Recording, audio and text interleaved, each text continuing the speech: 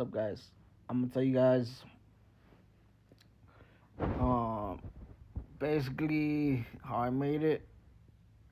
As you my face, I'm like a 6 at most. I'm not attractive. I'm not that good looking. I'm like slightly above average. Slightly. I'm like a 6, basically 5.8, 5.7. You know, and um, yeah, I think for me, what I did was I had a plan. Obviously, um, before all this, before I made it, I had friends. I had a social life. I had my cousin Sammy. I had Juan. I had Omar. I had Victor. I had Ulysses. Ulysses' friends at times was Heber, um, and Johnny, and basically other guys as well. Jordy, some tall dude, and some other guy, whatever. Those guys weren't a part of my life that much, but they were there at times. I had Romero, so I had a lot of people really that I would hang out with. I would go to restaurants where they had like really hot waitresses handing out food, taking our order. Um, we would watch UFC fights. We would shower and look clean and just have a blast, and we would have fun in these UFC fights that we would watch. And sometimes we would leave late and sleep over at my Sammy's house or something. And yeah, it was chill as fuck. And sometimes we would hit the strip club. Sometimes we would go to Red Robin's and eat really good food. Walk around the mall, buy some shoes, go to run errands with them. We would have breakfast at times, places, get omelets, get pancakes, whatever. Um, we would drink and celebrate, just hang out at the house. We would throw parties. We would throw parties on Halloween. We would go Halloween shopping. We would basically do everything that was fun, and we had everything going. And soon after that, obviously, life was good at this time. I think social media changed everything because, like I said, I became famous on social media. But part of the reason I even became in the social media was because, like I said, I lost my social life. So that's part of the reason why everything changed. And it's crazy how I could have an impact on the world like that just from not having a social life. So how did my social life collapse? Well, like I said, we would hang out, we would go to barbershops, and we had parties, whatever. And then eventually, it was like, I forgot what year it was, but I was just at the parking lot, and my cousin was like, "Yo, Luis, I know we're doing all this, like having fun and shit, but like, what are you gonna do for your future?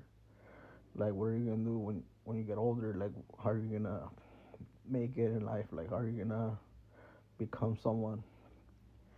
And he was really telling me out of like feeling like I didn't have options because obviously I didn't graduate. I made it to 12th grade, but it was crazy because I had a backstory of drug problems. But he just said it as if I was in like I didn't have options. Like what am I gonna do?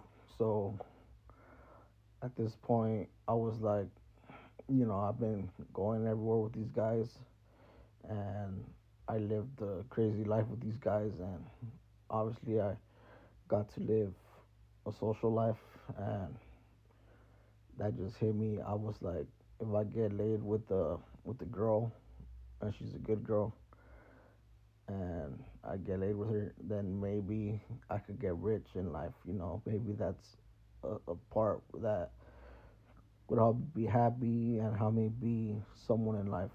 So I told him that, and he was like, "Well, how are you gonna get laid? Like, just get a girlfriend."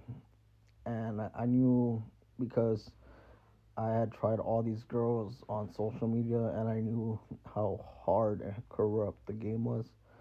That I knew that I had to go with the stripper, and I told him I'm go with the stripper, and he was like, "Bro, these strippers they just want money, and they want someone with a big, thing down the bottom, and it's gonna be hard, bro." And I was like, "Bro, I'm gonna give everything I got." And he was just like, "Well, let's see what happens." But he did not believe in me. He had no faith in me, and he thought. So eventually, I was like, "Okay, I gotta start working."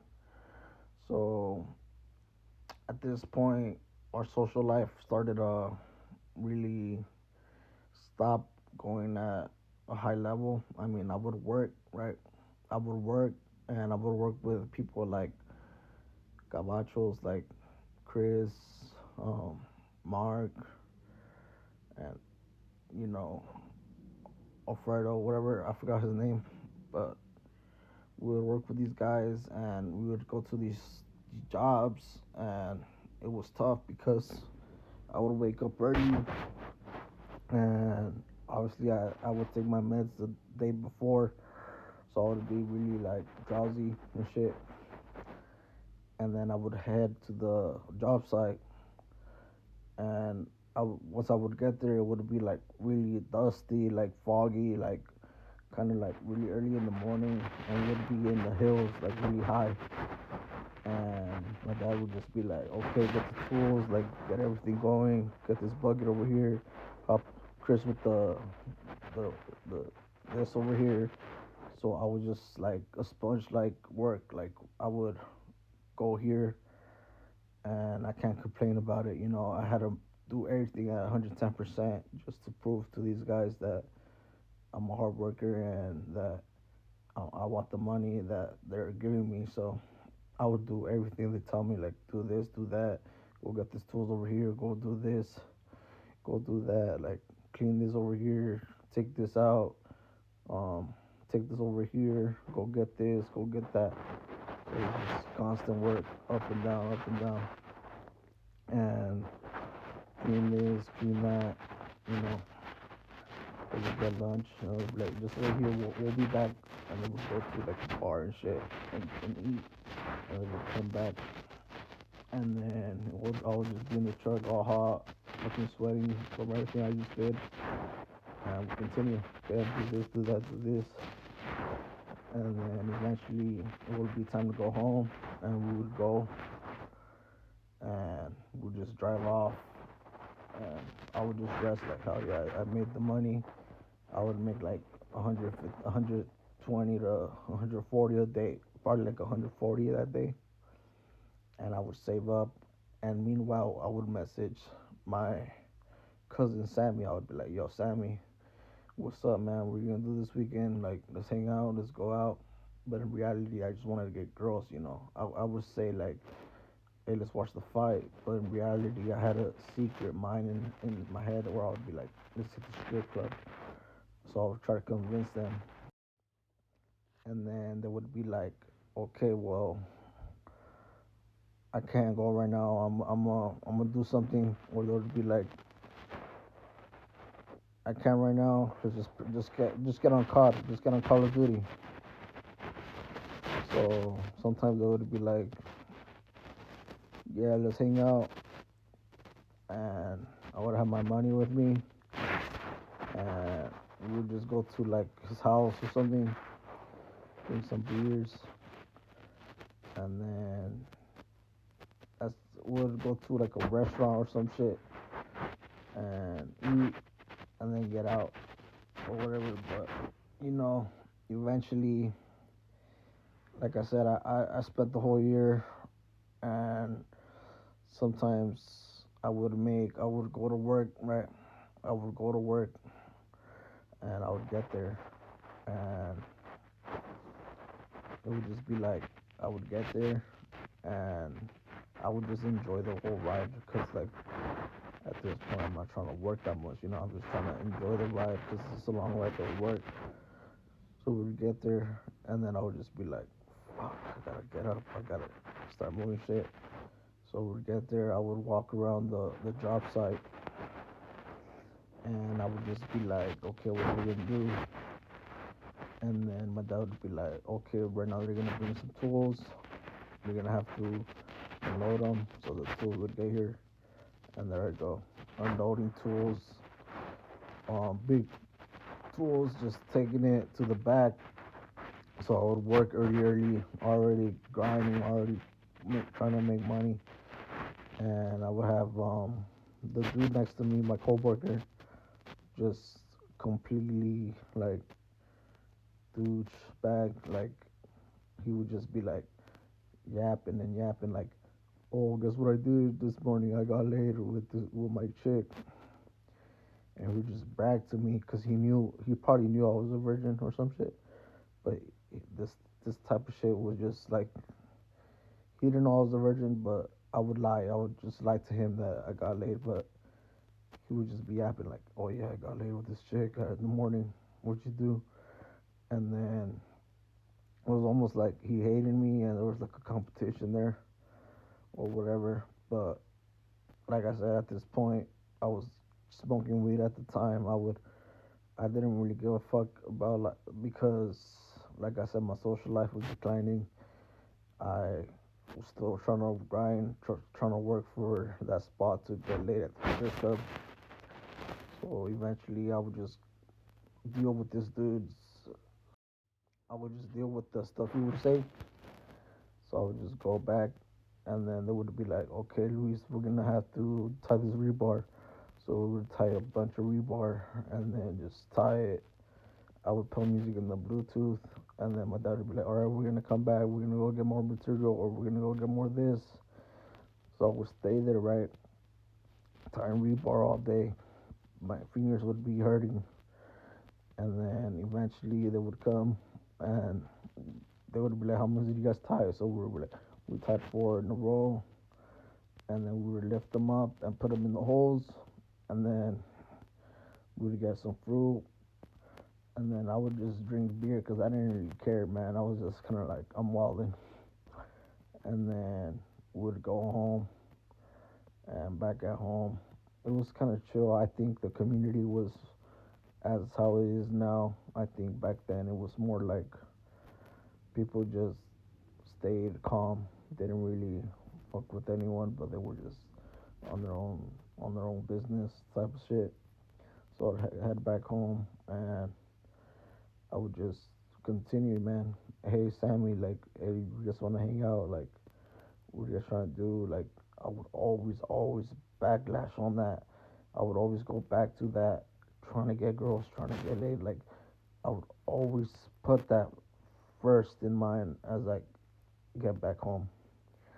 So I would do this, and eventually, after countless amount of times, they would just reject my offer of hanging out to go to the strip club. So eventually, I'll continue to work.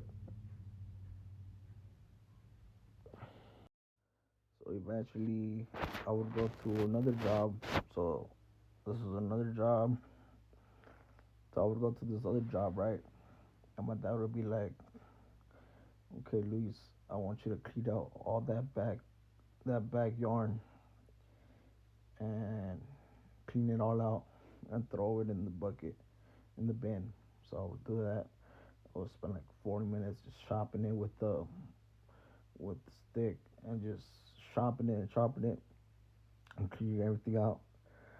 And then the main guy or the owner would come around and they would be talking, and I had to work because I just had to prove that I'm here to work. I'm not here to, not do anything. So my dad would just be like, "Oh, just start to dig all this dirt out," or I forgot what we were doing, but we had to dig a bunch of dirt.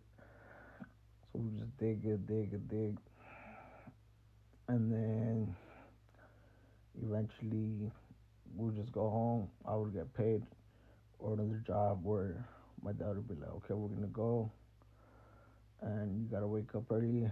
And I would wake up just drowsy as fuck, just like, cause I would take meds before, and I would just be like, okay, I'm gonna go. So I would go, and once I get there, I'm just like, fuck, I don't feel like working, sleepy, and then we would have like a fruit, and then my dad would just be like, oh, just pour water on this shit. So I would just pour water, but like a day before I would work there, we had to take out a bunch of dirt, and take it to the front. So like I said, it was just a bunch of work. And yeah, eventually, eventually I was like, fuck.